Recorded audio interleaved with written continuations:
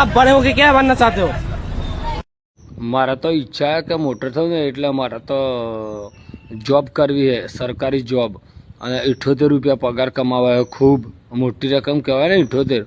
અને મોંઘામાં મોંઘો દારૂ ઓફિસર ચોઈસ લાવું અને તારા ઘરે આંટો મારવા આવું અને બંધ કરું લાઇટ ને લેન્ડ કરું ટાઈટ અને તારી માને લેન્ડ કાઢું આખો જાડો ભૂસ મારી ના તારી માને ચોદું. આટલો તો મોટો થઈ ગયો, હવે કેટલો મોટો થયો હે?